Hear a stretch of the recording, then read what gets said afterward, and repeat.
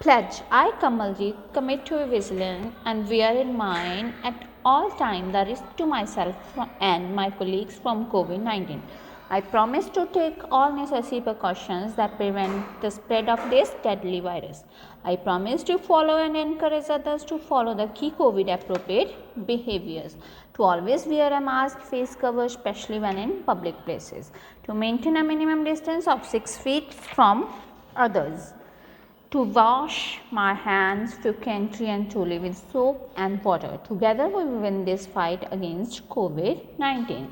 Thank you. Good morning, dear students. Today we will teach our literature part Treasure Trove, a collection of ICSE poems and short stories. Today we will read our poem The Bengal Sellers, written by Sarojini Naidu.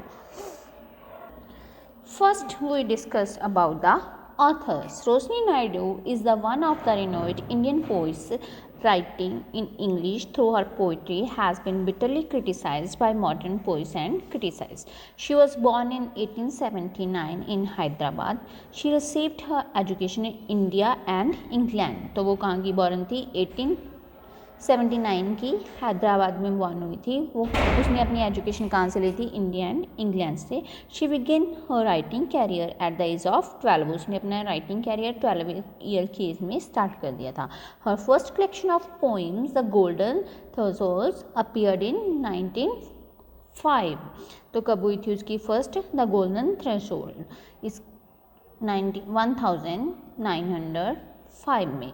The Feather of the Dawn another collection of poems. उसकी next poem थी the feathers of towns were published posthumously in 1961 by her daughter.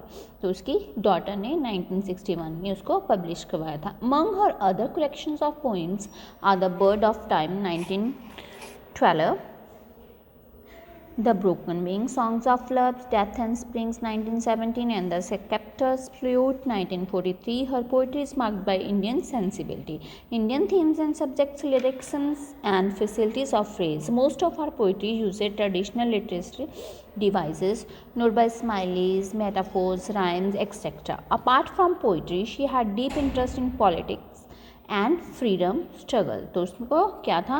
ज़्यादातर किस में interest था? Politics and freedom struggle में. She was given the title of Bharatiya Kokila, the nightingale of India. She was actively involved in freedom struggle. After independence, she became the governor of the UP state. She passed away in 1949. तो क्या बनी थी वो? UP की governor बनी थी after independence के, आज़ादी के बाद. शी पास्ट कब वो पास्ट हुई थी? 1949. ये उसकी हमारे ऑथर के बारे में था जिसका नेम था Sarojini Naidu. Now let's start the poem the Bengal sellers. Bengal sellers are we who bear our shining loaves of the temple fair. Mostly simply bangles क्या होती हैं? जो कि हमारे इंडियन ट्रेडिशंस में सभी वेयर करते हैं. वो डिफरेंट टाइप्स की होती हैं. इसमें जो डिस्क्राइब किया गया है वो एक टेम्पल में कोई फेयर था, वहाँ पे कोई बेंगल सेलर सेल करने गया था. The Bengal Seller by Sarojini Naidu is a poem of typical Indian scene and sensibility. जो बेंगल सेलर पोइम है सरोजनी नायडू के पर टिपिकल इंडियन सीन के अकॉर्डिंगली एंड सेंसिबिलिटी के लिए बनाया गया है. It is divided into 4 stanzas of 6 lines. इसको 4 स्टैंजास में डिवाइड किया गया है. ईच स्टैंजा में 6 लाइन्स हैं. The speaker is one of the group of bangle seller going to the temple fair to sell their bangle. तो speaker क्या करता है?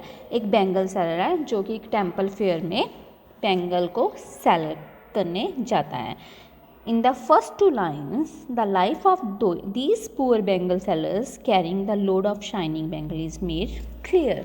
तो first 2 lines में क्या था? Bengal sellers are we who bear our shining loads to the temple fair. उसकी first 2 lines में उसने क्या किया था कि जो पुअर बैंगल सेलर था वो कैरी करके जाता है बैंगल को, उसकी डिफरेंट टाइप की जो शाइनिंग के साथ लोड होती हैं. Why using the phrase shining load means the poet means to convey the happiness of these bangle sellers despite the toil involved in work which does not give the money enough for a comfortable living.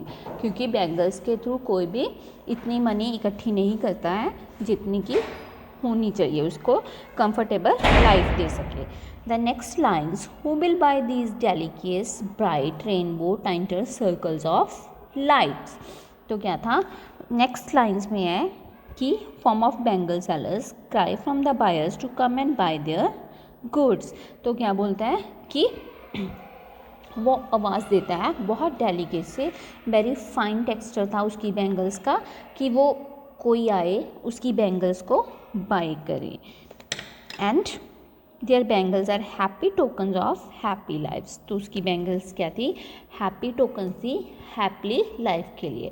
लस्टर्स tokens of radiant lifes. Lustres means shining और glowing with lights and radiant life means happy.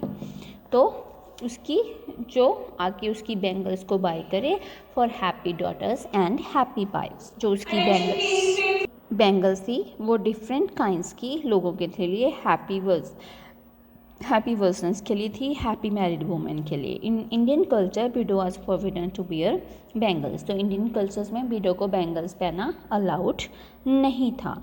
The narrators use beautiful imaginary of describe bangles for the maiden's wrist. तो उसने बहुत ही अच्छे वे से इसको describe किया था कि कैसे कैसे उन्होंने डिफरेंट टाइप्स के लिए डिफरेंट टाइप्स की बैंगल्स क्रिएट की. नेक्स्ट में क्या है, summer meet for a maiden's rest, silver and blue as mountain mist. Maidens means an unmarried girl और a young women. Mist means a light rain. तो क्या है, सेकेंड स्टेज में उसने डिस्क्राइब किया है बैंगल्स के वेरियस कलर को. Some of the bangles are silvery and blue and misty as mountain mist. तो कैसी हैं, सिल्वर एंड ब्लू हैं जो कि माउंटेन मिस्टी हैं, जो कि हल्की सी लाइट रेन की तरह डिस्क्राइब किया है उसको.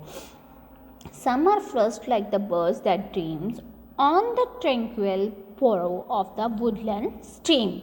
Tranquil means free from disturbance या फिर calm. उसका मतलब है कि जो बैंगल्स हैं वो किसके लिए हैं, यंग गर्ल्स के लिए, who was countless longings of her married life. Some are as pink as birds that float off the calm surface of forest steam, जो कि कैसी हैं, काम है, बिल्कुल फॉरेस्ट स्ट्रीम की हैं. Some of these bangles are shining green whose freshness is close to vivid beauty of the new born tender leaves. कैसी हैं, some are aglow with the bloom that cleaves to the limpid glory of new born leaves. Cleaves का मतलब है to cut और break into two और more parts. तो उसको different parts में कट करके बनाया गया है. ऑल दिस काइंड्स ऑफ जो ये बैंगल्स हैं को किसको एक्सप्रेस करती हैं, सूटेबल फॉर अनमैरिड गर्ल्स को. Their colours express their tender longings. तो उसके जो ट्रेंड है, उसका कलर है, वो बहुत ज़्यादा उनके लिए लॉन्गिंग है और अच्छा है. नेक्स्ट कहने में क्या है, some are like field of sunlight corn meet for a bride on her bridal morn. Some like the flame of her marriage fire or rich with the hue of her heart's desire. Twinkling, luminous, tender and clear, like her bridal laughter and bridal tear. तो इसमें क्या है, sunlight means जो lighted by the sun, जो कि अच्छी सी light आती है उसको बोलते हैं. Bridal on the bridal morn. Morn means the first part of the day of the morning. Flame of the her marriage fire. तो इसमें थर्ड स्टैंजा में क्या है, the narrator says that they have yellow bangles which look like कैसी लग रही हैं, cornfield के जैसे, जो कि हमारे कॉर्नफील्ड होते हैं उसके जैसे होते हैं. They are suitable for a bride of her marriage morning. तो किसके लिए सूटेबल है, ब्राइडल के लिए जो कि मॉर्निंग, जैसे कि मॉर्निंग में हमारी सनलाइट आती है वैसे है। Some fiery red bangles are like to flame of her marriage fire, तो जो उसकी रेड फायरी बैंगल्स हैं वो किसके लिए, मैरिज फायर के लिए, जो कि किसी ब्राइडल के लिए बहुत अच्छी होती हैं। They are expressive of the passion in her heart, तो उसके जो एक्सप्रेसिव है, पैशन है उसका, वो उसके हर्ट के लिए बहुत अच्छा। They create a light ringing sound as a bride walks, तो कैसे क्रिएट साउंड, कैसे उसकी जो रिंगिंग है, लाइट रिंगिंग साउंड है वो कैसे क्रिएट करती है, बिल्कुल ब्राइड वॉक्स की तरह। They are shining and delicate as the laughter of the bride, तो कैसे शाइन करती हैं, जैसे कि डेलिकेट होती है और लाफ्टर लाइक अ ब्राइड, जो कि अभी अभी न्यू गेटिंग मैरिड होती है वैसे वो करती है। और her tears as she weeps of the separation from her parents, तो जब वो सेपरेशन होती है अपने पेरेंट्स से आफ्टर मैरिज, तो उसके बारे में उसने बताया गया है कि वो कैसे लगते हैं। तो लास्ट स्टैंजा में क्या है, some are purple and gold flecked grey for she who has journeyed through life midway, whose hands have cheers, whose love has blazed and cradled fair sons on her faithful breast, and serves her household in fruitful pride, and worships the goods of her husband's side। तो fourth standard में उसने क्या describe किया है, the bangles meant for housewives or mothers who had given birth to their children, तो उसने fourth standard में बताया गया कि कौन सी बैंगल्स, जो उसने अभी जो बैंगल्स के बारे में डिस्क्राइब कर रहा है वो किसके लिए है, हाउसवाइफ्स के लिए या फिर उन मदर्स के लिए जिनके अभी अभी बच्चे हो चुके हैं।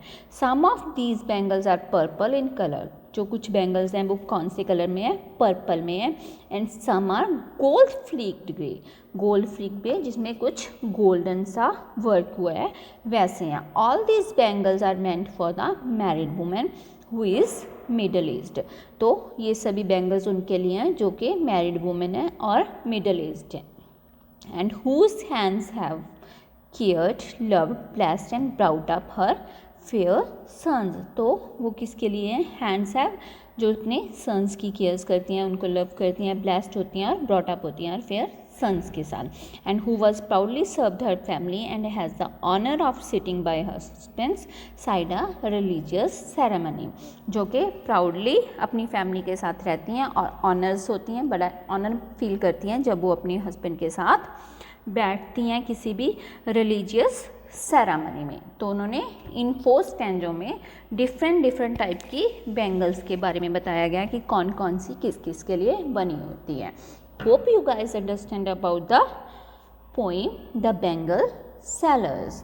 सो you guys to read, go through by yourself and read it again। तो इसमें मेन क्या था, अकॉर्डिंग टू द पोइट उसने डिफरेंट एवरेज में वोमेंस को, इंडियन वोमेंस को 3 मेन स्टेजेस में डिवाइड किया। फर्स्ट है मेडन, सेकंड है ब्राइड एंड थर्ड है मदर। तो इसमें each stages is described by the colour of bangles, उन्होंने तीनों में डिफरेंट टाइप की बैंगल्स के बारे में बताया गया। The main theme of the poem is that the bangles are a part of and a parcel of women's life in India. तो वुमेन्स की लाइफ में बैंगल्स का कितना इम्पोर्टेंस है। ईच कलर और type of the bangles represent each stage in her life, तो different colours represent करते हैं every stage of women's. Hope you guys understand all the poem. Thank you. Have a good day.